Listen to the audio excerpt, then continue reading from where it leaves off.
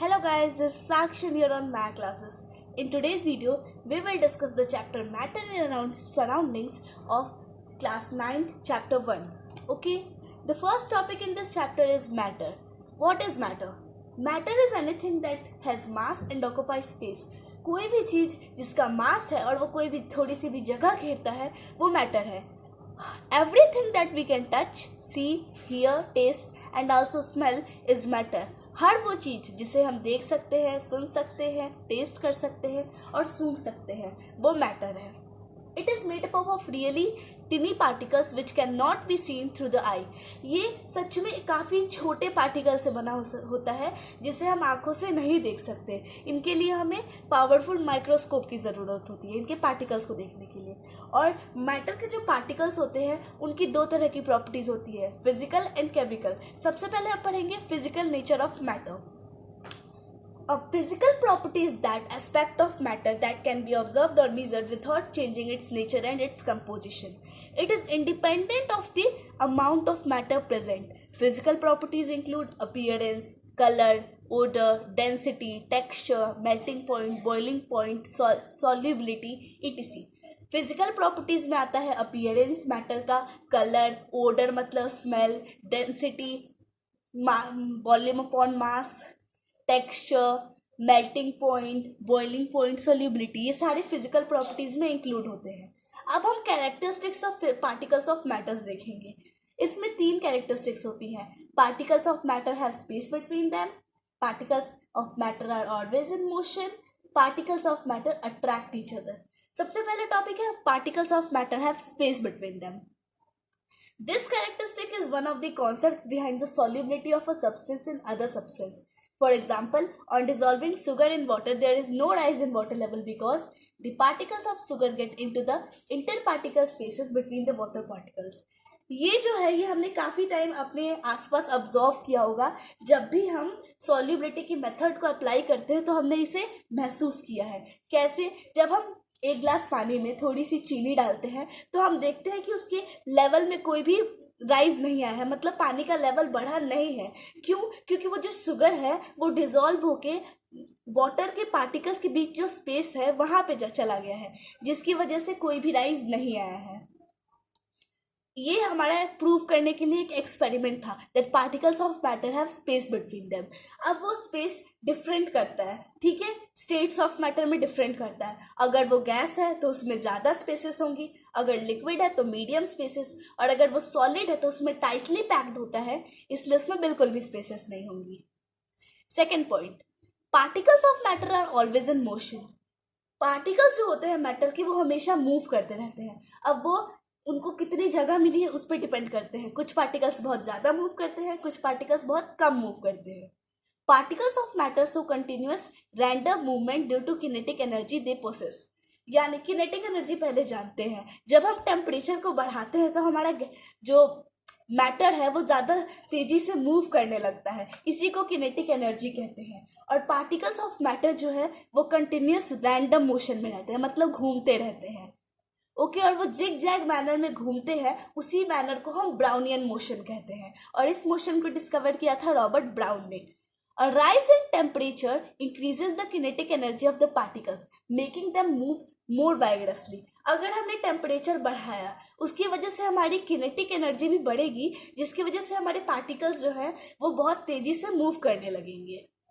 Let's see the third point, particles of matter attract each other. Particles of matter attract each other मतलब matter के जो particles है वो एक दूसरे को अट्रैक्ट करते हैं. How? Let's see. In every substance there is an inter particle force of attraction acting between the particles. To break a substance, we need to overcome this force. The strength of the force differs from substance to other. Her substance में interparticle force of attraction होता है उसके particles के बीच में. Okay, to break a substance, एक substance को तोड़ने में हमें उस इंटरपार्टिकल फोर्स ऑफ अट्रैक्शन को तोड़ना होता है.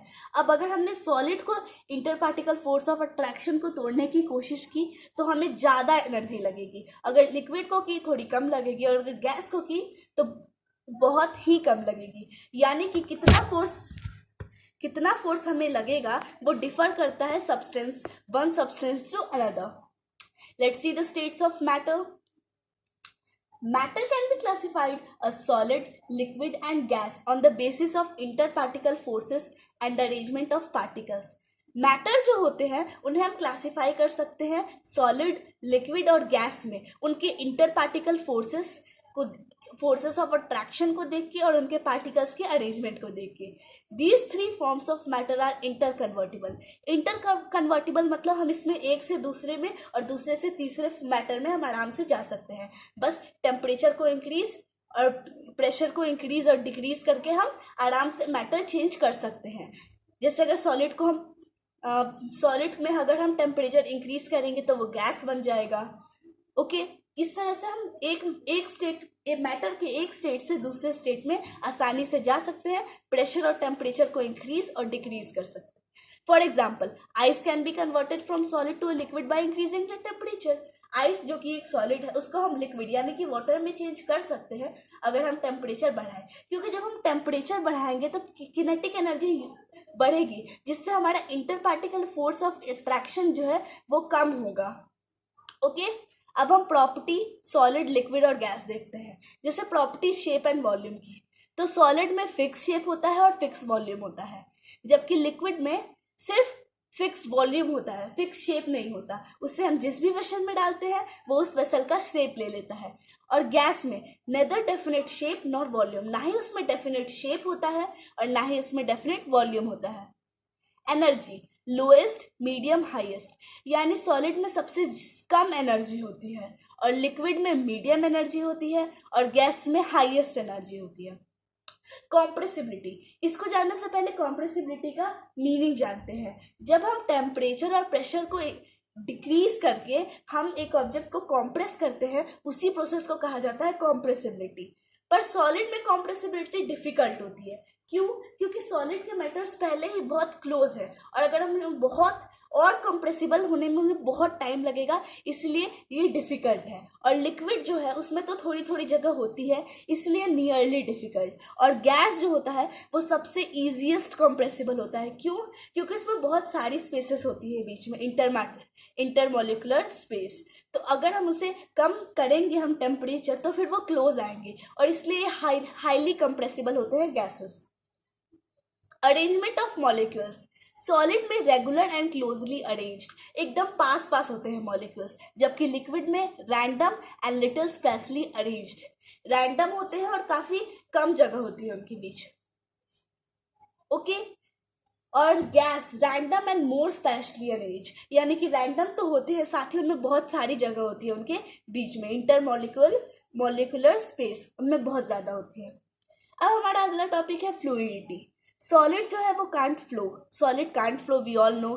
Liquid flows from higher to lower level, liquid जो है वो हायर लेवल से लोअर लेवल पे फ्लो कर सकता है और गैस जो होता है वो सारे डायरेक्शंस में फ्लो कर सकता है. Let's see movement. सॉलिड में मूवमेंट नेग्लिजिबल है, बहुत टफ है, क्योंकि उनकी जो इंटरमोलिकुलर स्पेस है उनके बीच में वो काफी कम है, इसीलिए नेग्लिजिबल मूवमेंट. और लिक्विड पे depends on inter particle attraction, liquid में वो इंटर पार्टिकल अट्रैक्शन पे डिपेंड करते हैं. और गैसेस में free, constant and random movement, मतलब वो जितना चाहे जा सकते हैं, इसीलिए a gas feels the vessel it is completely kept in. Inter particle space, यानी कि स्पेस उनके पार्टिकल्स के बीच की. सॉलिड्स में वेरी लेस, लिक्विड्स में मोर एंड गैसेस में large. Interparticle attraction maximum in solids, medium in liquids and minimum in gases. Density is maximum in solids, medium in liquids and minimum in gases.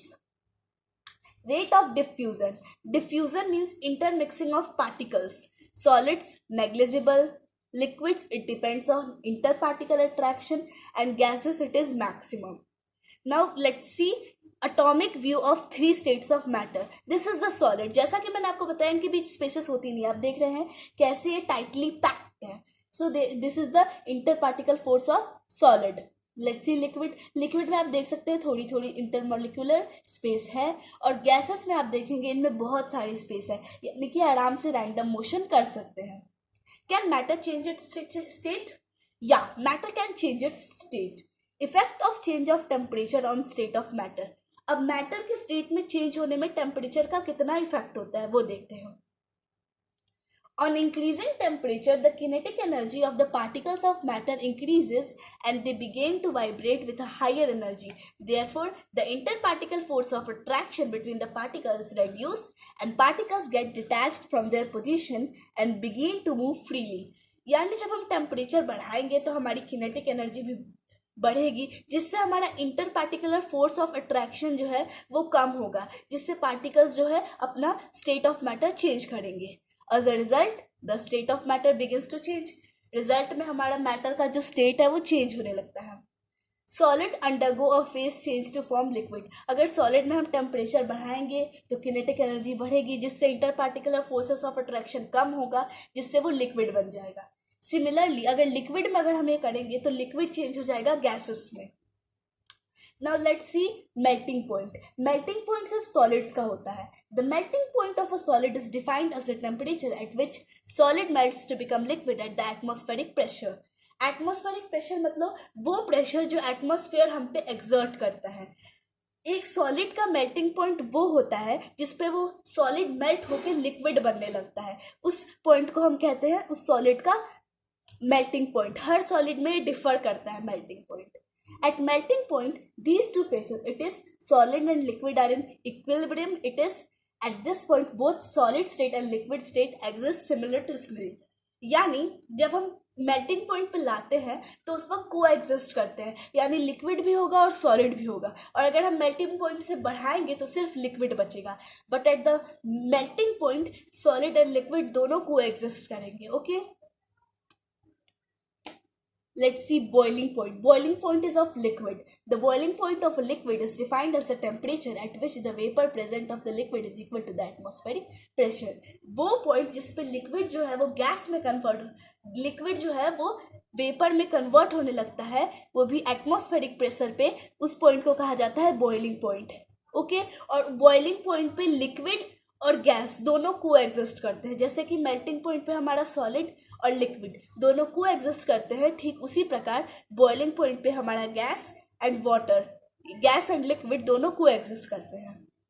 Let's see latent heat of fusion. It is the amount of heat energy that is required to change 1 kg of a solid into liquid at atmospheric pressure at its melting point. वो amount of heat energy जो हमें 1 kg solid को liquid में 1 atmospheric pressure पे change करने में लगेगी, जो एनर्जी, उसी एनर्जी को कहते हैं latent heat of fusion. Let's see latent heat of vaporisation. Latent heat of vaporization. It is the amount of heat energy that is required to change 1 kg of a liquid into gas at atmospheric pressure at its boiling point. यानी कि वो energy जो हमें 1 kg liquid को, यानी कि litre भी कह सकते हैं, 1 kg लिक्विड को गैस में चेंज करने पे लगती है, उसको कहते हैं हम लैटेंट हीट ऑफ वेपोराइजेशन. मैं एक बार फिर से रिपीट कर रही हूँ. वो हीट एनर्जी जो हमें 1 kg सॉलिड को लिक्विड में चेंज करने पे लगती है, उसे हम लेटेंट हीट ऑफ फ्यूजन कहते हैं. जबकि वो हीट एनर्जी जो हमें 1 kg लिक्विड को गैस में चेंज करने पे लगती है, उसे लेटेंट हीट ऑफ वेपोराइजेशन कहते हैं. Let's see our next topic, which is sublimation. The transition of a substance directly from its solid phase to gaseous phase without changing into the liquid phase और vice versa is called sublimation. Vice versa मतलब जो हमने पिछली बार कहा उसका उल्टा. यानी कि एक सब्सटेंस को हमने सीखा है कि अगर हम सॉलिड को गर्म करेंगे तो फिर वो वेपर में चेंज होगा. ओके, इससे हमारा चेंज हुआ. और अगर सॉलिड को गर्म करेंगे तो सॉलिड को अगर हम टेम्परेचर इंक्रीज करेंगे तो वो लिक्विड में चेंज होगा. पर अगर क्या होगा, अगर सॉलिड सीधा गैस में चेंज हो जाए, या गैस सीधा सॉलिड में चेंज हो जाए बिना लिक्विड में आए हुए, तो उस प्रोसेस को हम सब्लिमेशन कहते हैं. जैसे कि कैम्फर यानी कपूर को देख लीजिए, पहले वो सॉलिड होता है और जब हम उसे जलाते हैं तो फिर वो सीधा वेपर हो जाता है बिना लिक्विड फॉर्म में आए. ऐसे सब्सटेंसेस जो सीधा गैसियस फॉर्म में आ जाते हैं सॉलिड फेज से, या फिर सॉलिड फेज से गैसियस या गैसियस से सॉलिड, ऐसे ट्रांजिशन को हम सब्लिमेशन कहते हैं. Effect of change in pressure on state of matter. अब हम प्रेशर का चेंज करेंगे तो क्या होगा वो देखते हैं.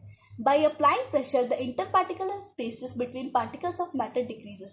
जब हम प्रेशर लगाएंगे किसी भी चीज की तो जो इंटरपार्टिकल स्पेसेस है वो कम होंगी, जिससे सॉलिड से लिक्विड बन जाएगा and liquid to gas. Okay, अब हम inter conversion of 3 states of matter का एक चार्ट देखते हैं. अगर हमें गैस को लिक्विड में चेंज करना है तो फिर हम कंडेंस करेंगे, लिक्विड को सॉलिड में करना है तो फ्रीजिंग, और अगर सॉलिड को लिक्विड में करना है तो मेल्टिंग, लिक्विड को गैस में करना है इवापोरेटिंग, और गैस को सीधा सॉलिड में करना है तो सब्लिमेशन, एंड सॉलिड को सीधा गैस में करना है तो sublimation. Let's see evaporation. The phenomena by which molecules in liquid state undergo a spontaneous transition to the gaseous phase at any temperature below its boiling point is called evaporation. वो temperature जिस पे एक जो liquid state है वो gaseous face में change होता है, वो भी बॉइलिंग पॉइंट के नीचे, उसे कहते हैं evaporation. For example the gradual drying of damp cloth, यानी जब हम कपड़ों को सुखाते हैं तो उससे वाटर वेपर निकलता है, इसी प्रोसेस को इवापोरेशन कहते हैं. अब आप सबके दिमाग में क्वेश्चन आ रहा होगा, what is the difference between evaporation and boiling. Evaporation जो होता है वो बॉइलिंग पॉइंट के बिलो भी हो सकता है, यानी बॉइलिंग पॉइंट के नीचे भी हो सकता है, पर जो बॉइलिंग की प्रोसेस है वो हमेशा बॉइलिंग पॉइंट पे ही होगी. This is the main difference. Evaporation is a surface phenomena and boiling is a bulk phenomena. अगर हम सरफेस बढ़ाएंगे तो इवापोरेशन फास्टर होगा, जबकि बॉइलिंग जो है वो एक बल्क फिनोमेना है. अब हम फैक्टर्स देखते हैं जिससे इवापोरेशन इफेक्ट होता है. सबसे पहला फैक्टर है temperature. The rate of evaporation increases with an increase in temperature. अगर हम टेम्परेचर बढ़ाएंगे तो हमारा इवापोरेशन का जो रेट है वो इंक्रीज होगा. Surface area. The rate of evaporation increases with an increase in surface area. अगर हम सरफेस एरिया को बढ़ाएंगे तो हमारा इवापोरेशन का जो रेट है वो भी बढ़ेगा. ह्यूमिडिटी. ह्यूमिडिटी का मतलब moisture present in the air. The rate of evaporation decreases with an increase in humidity. यानी अगर ह्यूमिडिटी होगी एयर में तो फिर हमारा इवापोरेशन का जो रेट है वो डिक्रीज होगा. क्यों जानते हैं. जैसे कि एयर में हमारी 100 मॉलिक्यूल्स ही भर सकते हैं, ठीक है, वाटर के, और वो ह्यूमिडिटी ने पहले से भर दिए. तो हमारा अगर इवापोरेशन प्रोसेस होगा और अगर एक मॉलिक्यूलर जाएगा तो फिर एक मॉलिक्यूलर गिरेगा भी. क्यों? क्योंकि उसकी कैपेसिटी सिर्फ 100 मॉलिक्यूल्स है. इसलिए जब ह्यूमिडिटी होती है तो फिर इवापोरेशन जो होता है स्लो. इसीलिए जो बारिश के मौसम में कपड़े धीमी तरह से सूखते हैं.